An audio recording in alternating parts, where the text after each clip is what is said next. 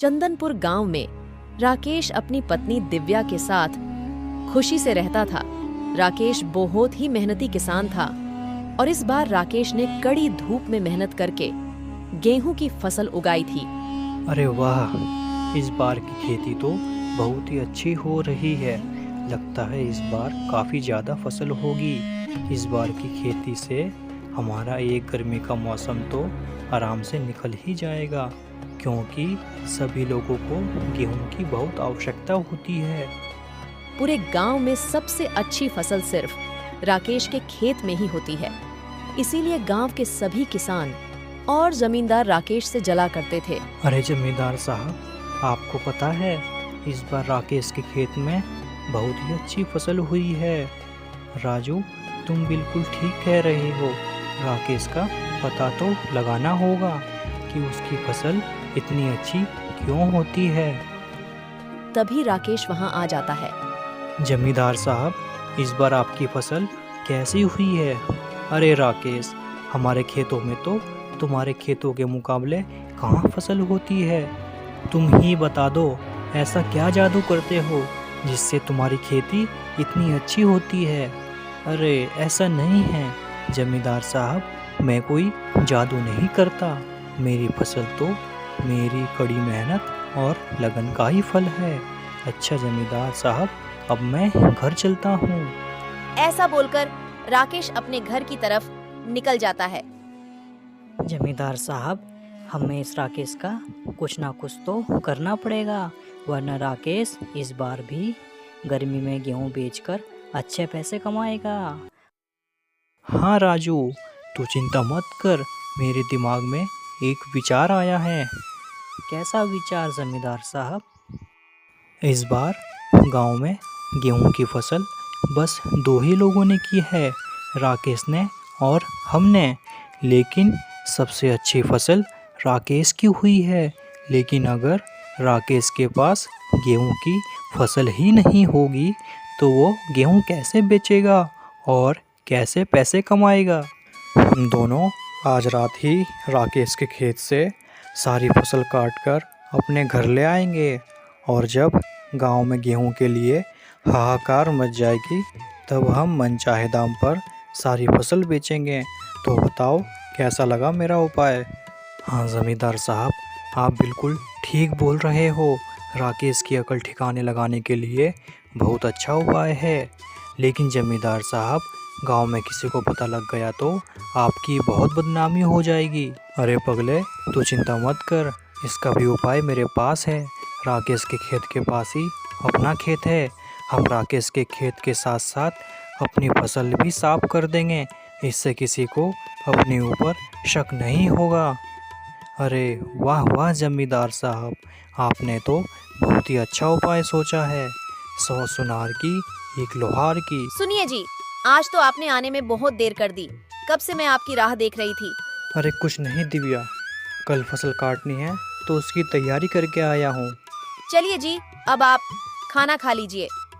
हाँ दिव्या, तुम चलो खाना लगाओ, मैं भी हाथ मुंह धोकर आता हूँ।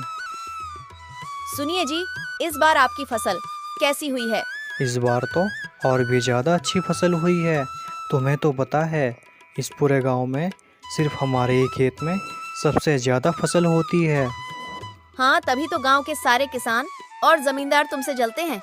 हाँ दिव्या, तुम ठीक कह रही हो, लेकिन किसी को नहीं पता मैं बहुत मेहनत करता हूँ, तब जाके हमारे खेत में इतनी फसल होती है। फिर राकेश खाना खाने लग जाता है। फिर राकेश बोलता है, वाह दिव्या, आज तो तुमने खाना बहुत ही लाजवाब बनाया है। तुम्हारे हाथों में तो अलग ही जादू है। आज तो खाना खाकर दिव्या सच में मज़ा ही आ गया। चलिए चलिए, अब बस भी कीजिए, तारीफ करना अब सो जाते हैं, क्योंकि कल फसल काटने भी तो जाना है। ऐसा बोलकर दोनों सो जाते हैं और उधर जमींदार और उसका आदमी राकेश के खेत की तरफ चले जाते हैं। देखो देखो, वो है राकेश का खेत। चलो चुपचाप चलो वहाँ जाकर राकेश के खेत की सारी फसल काट लेते हैं, और फिर अपने खेत की भी फसल काट लेते हैं, और फिर बोरी में भरकर निकल लेते हैं। समझ गए तुम? फिर थोड़ी देर में जमींदार और राजू मिलकर दोनों को खेत की सारी फसल काट लेते हैं। चलो चलो राजू, कोई हमें देख ना ले, इससे पहले हम ये सारी फसल लेकर यहाँ से चलते हैं। फिर जमींदार और राजू मिलकर दोनों सारी फसल जमींदार के घर ले आते हैं। फिर अगली सुबह जब राकेश अपनी फसल काटने जाता है तो देखता है उसका पूरा खेत खाली हो चुका था। ये सब देखकर राकेश जोर जोर से रोने लगा है। अरे अरे, ये क्या हो गया? ये किसने किया मेरे साथ? सब खत्म हो गया मेरा तो। अब आ गया ये पकड़ में। चलो हम इसके पास जाते हैं और अपना नाटक शुरू करते हैं। फिर जमींदार और राजू राकेश के पास आ जाते हैं। क्या हुआ राकेश, तुम क्यों रो रहे हो? जमींदार साहब, मैं आपका ही इंतजार देख रहा था। ये देखो, आपकी और मेरी खेत की सारी फसल किसी ने चुरा ली। हाय हाय, ये क्या हो गया? लेकिन तुम चिंता मत करो राकेश, जिसने भी ये किया है अब मैं उसको नहीं छोड़ूंगा। हमारी कितनी मेहनत लगी थी इस फसल को तैयार करने के लिए। देख लेना जमींदार साहब, जिसने भी ये किया है वो कभी खुश नहीं रहेगा। जमींदार ये सुन के अपने मन में सोचता है, अरे राकेश, तुझे क्या पता वो तो फसल पाकर कितना खुश हो रहा है। ठीक है जमींदार साहब, अब मैं घर जा रहा हूँ। यहाँ मेरा सब खत्म हो गया। यहाँ मेरे रुकने का अब कोई मतलब नहीं बनता। ऐसा बोलकर राकेश अपने घर चला जाता है। अरे वाह जमींदार साहब, आपका ये उपाय तो बहुत अच्छे से काम कर गया। अब राजू, ये काम तो हो गया, लेकिन अब तुम्हारा काम है बाजार में गेहूं के दाम के बारे में पता करके आओ। फिर राजू बाजार चला जाता है तो वहाँ लोग बात कर रहे होते हैं। अरे भाई लोगों, ये क्या हो रहा है? बाजार में गेहूं का तो आना ही बंद हो गया। राजू गांव के सभी लोगों की बातें सुन लेता है और जाकर जमींदार को बता देता है। अरे राजू, तू चिंता मत कर, अब इस गेहूं को कुछ दिन ऐसे ही रखेंगे।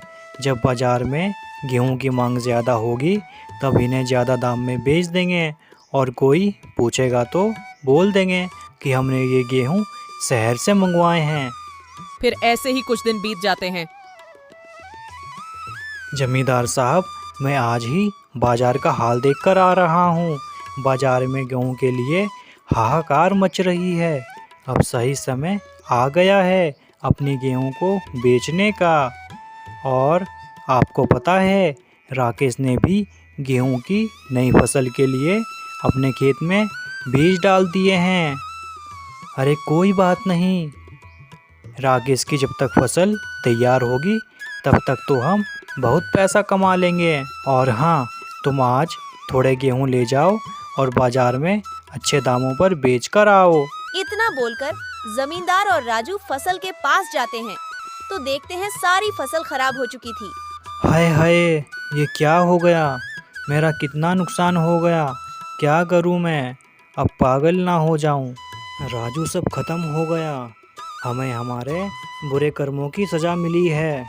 इसीलिए कहते हैं कभी भी किसी के साथ बुरा नहीं करना चाहिए। कर भला तो हो भला, और कर बुरा तो हो बुरा।